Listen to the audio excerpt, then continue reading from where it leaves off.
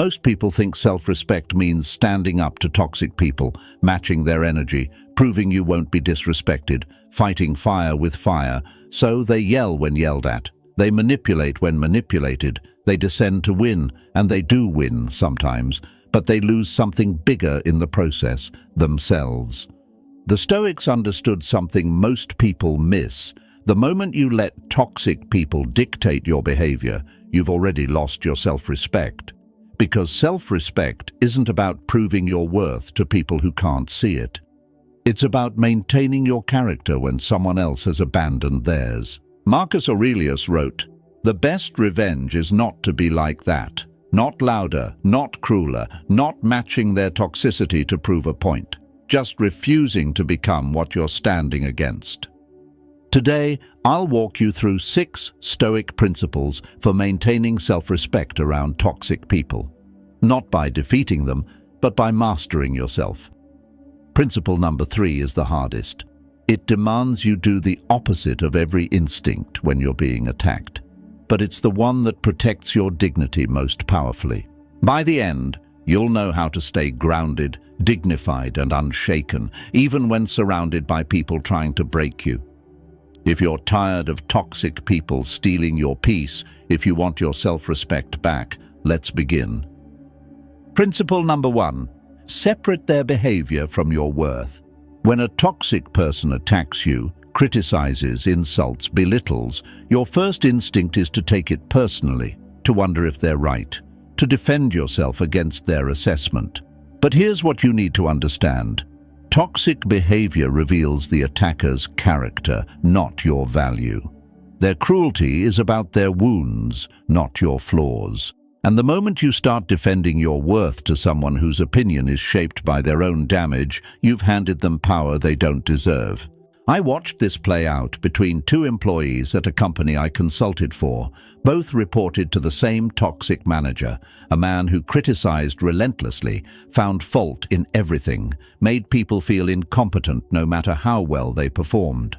The first employee, Sarah, took every criticism to heart.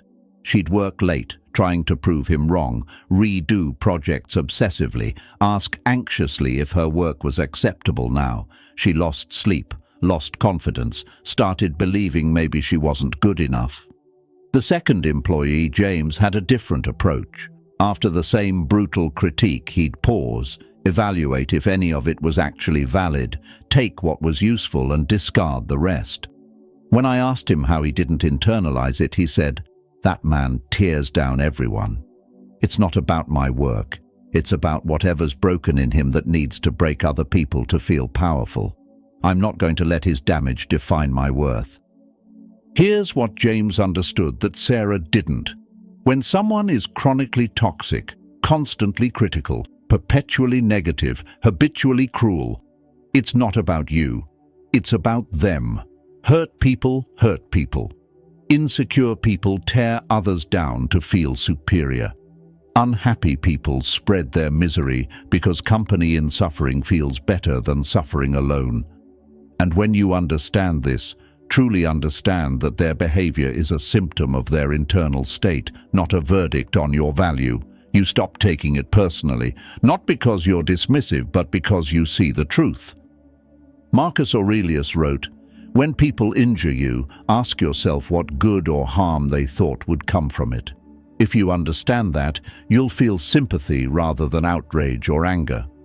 This doesn't mean accepting abuse. It means understanding that toxic people attack from their own pain, and that understanding protects you from internalizing their poison. Here's how you practice this. Next time someone toxic criticizes you, pause before reacting. Ask yourself, is this about me or is this about them? Look at the pattern. Do they criticize everyone? Is their negativity constant? Are they projecting their own failures onto you? Usually the answer is yes. Their attack is their pain seeking an outlet, and you just happen to be nearby. Take what's objectively useful from their words. If there's any legitimate feedback buried in the cruelty, extract it. But the venom, the personal attacks, the character assassinations, those belong to them, not you. Don't carry what was never yours to hold. Self-respect means knowing your worth independent of broken people's opinions. It means you can hear their criticism without letting it become your identity. Because you understand something they've forgotten, how someone treats you says everything about them and nothing about your value. And when you truly believe that, they lose the power to wound you. But understanding they're projecting isn't enough. The second principle is about where you actually place your energy when you can't control their behavior. Principle number 2. Control only what you can control. When someone toxic is in your life, your natural instinct is to try to change them, to make them see reason, to explain yourself better so they'll finally understand, to prove you're right so they'll stop. You spend hours crafting the perfect response. You rehearse conversations. You strategize ways to make them behave differently. And all that effort, all that mental and emotional energy accomplishes nothing. Because here's the truth. You cannot control them. You can only control yourself. And every minute you spend trying to change what you can't change is a minute you're letting them control you. My cousin Lisa spent 5 years trying to fix her relationship with her toxic mother. Every visit ended in criticism. Every phone call became an argument. Her mother would tear down Lisa's career choices, her parenting, her marriage. Nothing was ever good enough. And Lisa kept trying. She'd explain her decisions more clearly. She'd bring evidence of her success. She'd ask what would make her mother proud. Nothing worked. The criticism never stopped. It just found new targets. I watched Lisa exhaust herself in this cycle until one day she said something that changed everything. I can't make her see me differently. I've been trying to control her opinion of me, and that's not in my power. The only thing I can control is how I respond when she criticizes me. And I'm choosing to stop defending myself to someone who's determined not to understand. That shift, from trying to control her mother to controlling only her own response, saved Lisa's sanity. She stopped explaining, stopped defending, stopped trying to earn approval that was never going to come. When her mother criticized, Lisa would say calmly, "I've heard your opinion. I'm comfortable with my choice." And then she'd change the subject or end the conversation. Her mother didn't change. But Lisa's relationship to the toxicity did, because she finally understood what Epictetus taught 2,000 years ago. Epictetus wrote, "Some things are within our power, while others are not. Within our power are opinion, motivation, desire, aversion, in a word, whatever is of our own doing. Not within our power are our body, property, reputation, office, in a word, whatever is not of our own doing. Their behavior, not in your power. Their words, their judgments, their toxicity, not yours to control. Your response to all of it, entirely in your power." Here's how you practice this. When a toxic person provokes you, pause and ask, "What's actually in my control here?" The answer is never their behavior. It's always your response, not whether they apologize, not whether they change, not whether they finally see your perspective, only how you choose to react, what boundaries you set, and how much energy you give this interaction. When you redirect your focus from changing them to governing yourself, something powerful happens. You reclaim your sovereignty. They can still be toxic, but they can no longer control your peace because you've stopped trying to control what was never yours to control in the first place. Self-respect is self-governance. When you try to control toxic people, they control you through your frustration, your anxiety, your endless mental loops trying to figure them out. But when you govern only yourself, you're free, not because they've changed, because you have. If you've spent years trying to change a toxic person and you're finally ready to focus only on what you can control, your response, comment, "I choose me" below. It's the hardest shift to make, but it's the one that gives you back your power. Understanding what you control is essential. But the third principle, this is the hardest one. It's about what you do when they attack, and every instinct tells you to destroy them right back. Principle number 3, don't mirror their toxicity. When someone attacks you with cruelty, every instinct in your body screams to hit back harder. They insult you, insult them worse. They manipulate, out-manipulate them. They spread lies, destroy their reputation. And here's the trap. You might win, you might hurt them, you might even make them regret coming after you, but in the process of fighting toxicity with toxicity, you become the thing you're fighting against. And the moment you do that, you've lost the only thing that actually matters, yourself. I watched this happen to a colleague named David. He worked alongside someone deeply toxic, a man who took credit for others' work, sabotaged projects, spread rumors to get ahead. For months, David took the high road. Then, one day, he snapped. He started playing the same game, collected dirt on his colleague, undermined him in meetings, spread his own strategic rumors. And it worked. The toxic colleague got pushed out. David won. But when it was over, David sat in my office and said something I'll never forget. I got him fired. But I can't look at myself the same way. I became exactly what I hated about him. I won the fight and lost who I was. That's the cost of mirroring toxicity. You might defeat them, but you sacrifice your character doing it, and character, that's the only thing that's actually yours. Their behavior is temporary. Your integrity is permanent. When you abandon it to beat them at their own game, you've handed them the real victory. They made you like them. Marcus Aurelius wrote, "The best revenge is not to be like that. Not louder, not crueler, not smarter at their games, just refusing to become what you're standing against. Because the measure of your self-respect isn't whether you can out-toxic a toxic person, it's whether you can stay yourself when everything in you wants to descend." Here's why this principle is the hardest. It feels like losing. When they go low and you stay high, it looks like weakness, like you're letting them get away with it, like you're too afraid to fight. But the Stoics understood something most people never learn. Descending to their level isn't strength, it's surrender. Real strength is staying kind when cruelty would be easier, staying honest when lies would serve you better, staying yourself when becoming like them would help you win. Here's how you practice it. Next time a toxic person attacks, notice the urge to destroy them back. Feel it, acknowledge it. Then ask, if I do this, will I respect myself tomorrow? Not, will I win? Not, will they learn their lesson?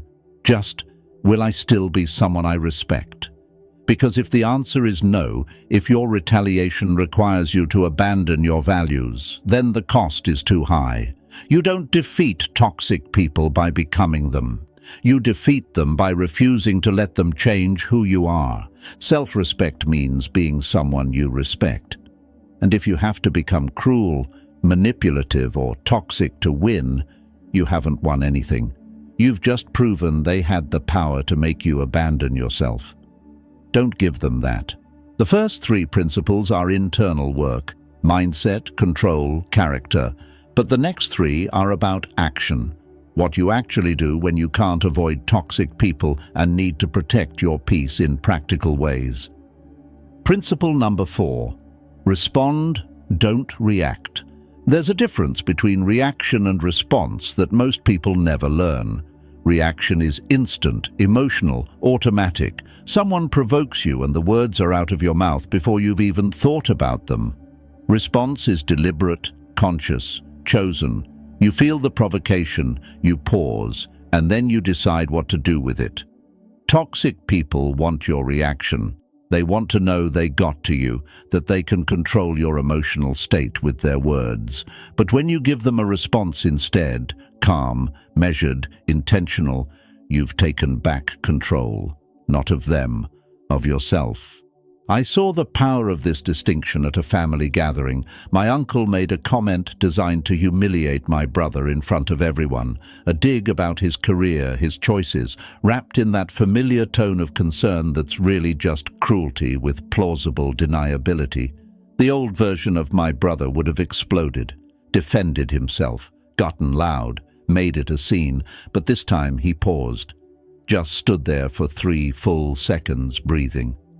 Then he said quietly and evenly, "I'm proud of my choices. I hope you can respect that," and moved on. No defense, no justification, no explosion. My uncle tried to push further, but my brother just smiled and changed the subject. Later, my brother told me, I felt the anger. It was there, but I realized if I exploded, I'd just be giving him what he wanted, proof that he could control me. So I chose a different response, and choosing it felt more powerful than any argument could have. That's the practice. You can't stop the feeling from arising. Anger, hurt, defensiveness, these are automatic. But what you do with that feeling, that's where your power lives.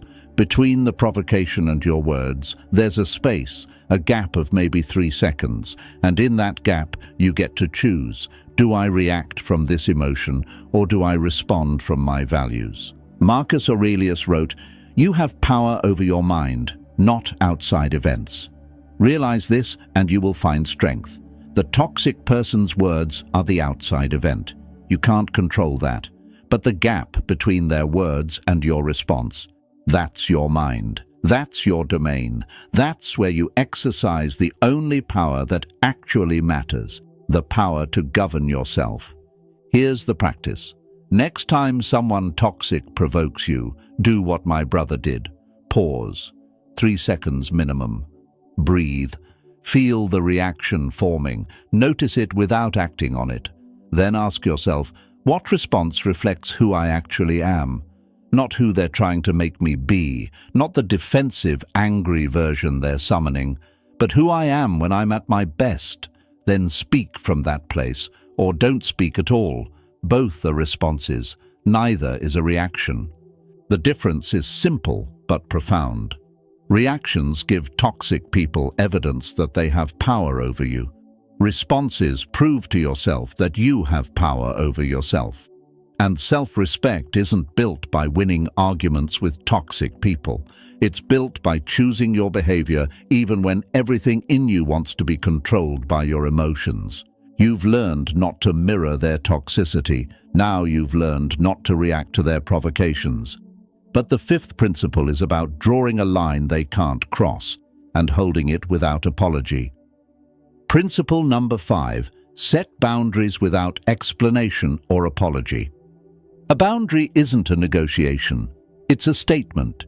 But most people treat boundaries like requests they need permission to enforce. They over-explain, "I can't do that because I'm really busy and I have all these other things happening," and they apologize. "I'm so sorry, but I just don't think I can."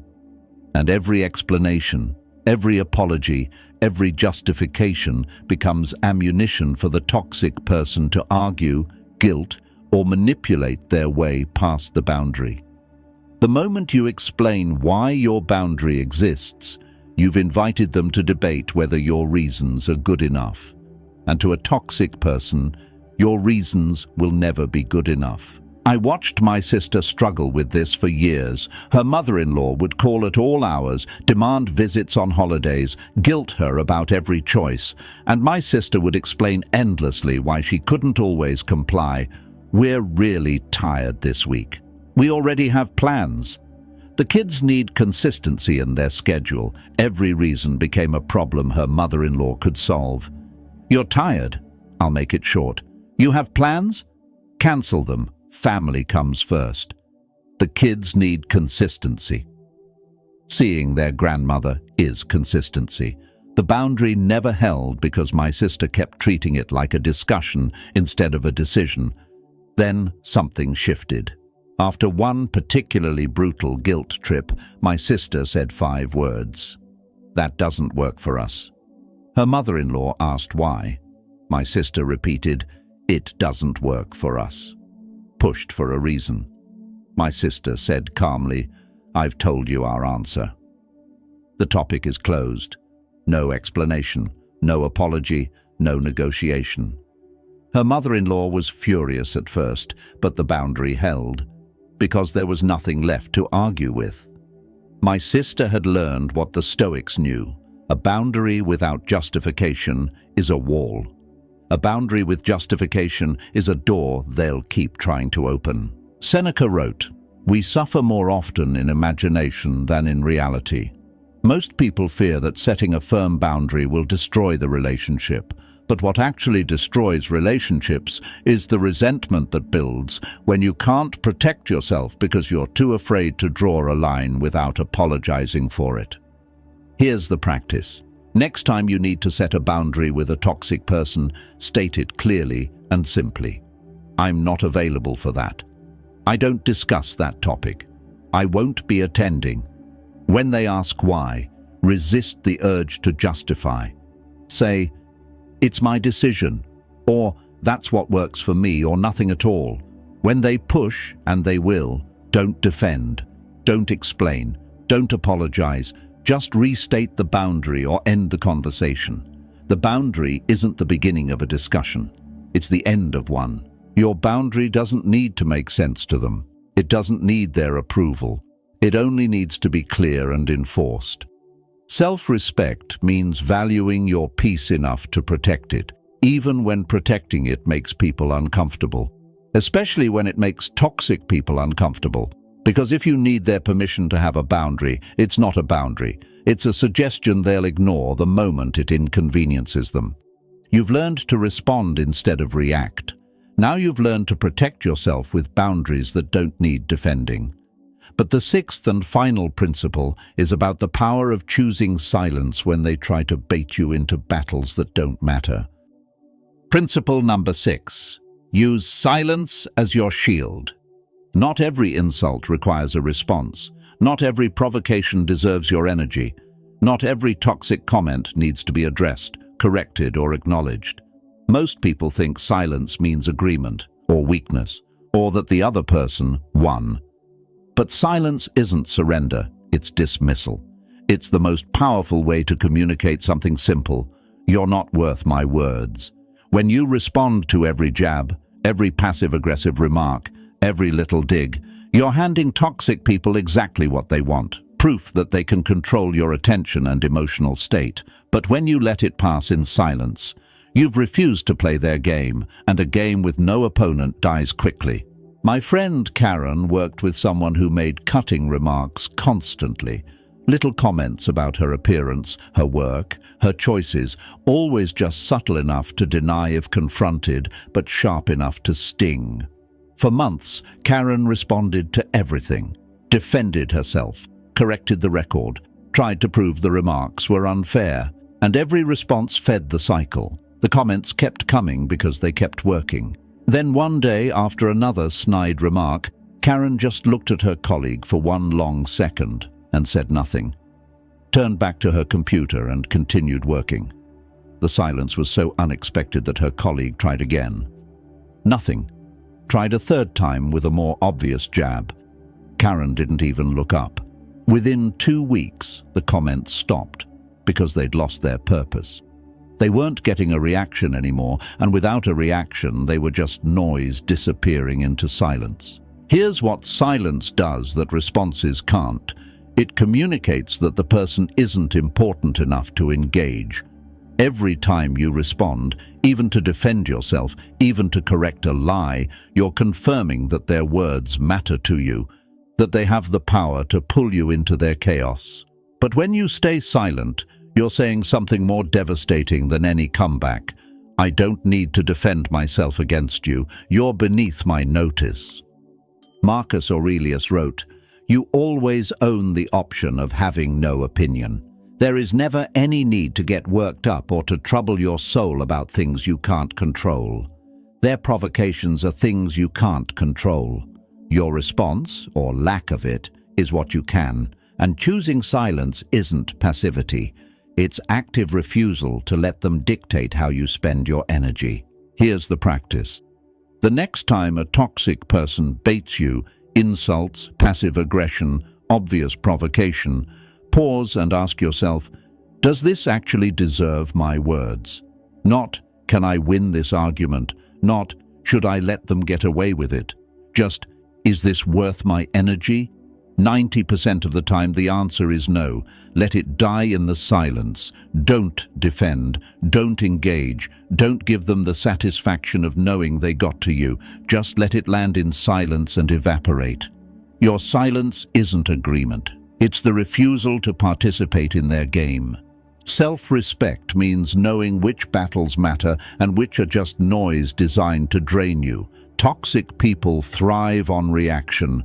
Deny them that, and you've taken away their only weapon, not by defeating them in argument, but by refusing to show up to the fight at all. These 6 principles aren't about defeating toxic people. They're about staying yourself when everything around you is designed to make you someone else. And that's how you respect yourself. Not by proving anything to them, by protecting who you are, no matter what they do. Separate their behavior from your worth. Their cruelty reveals them, not you.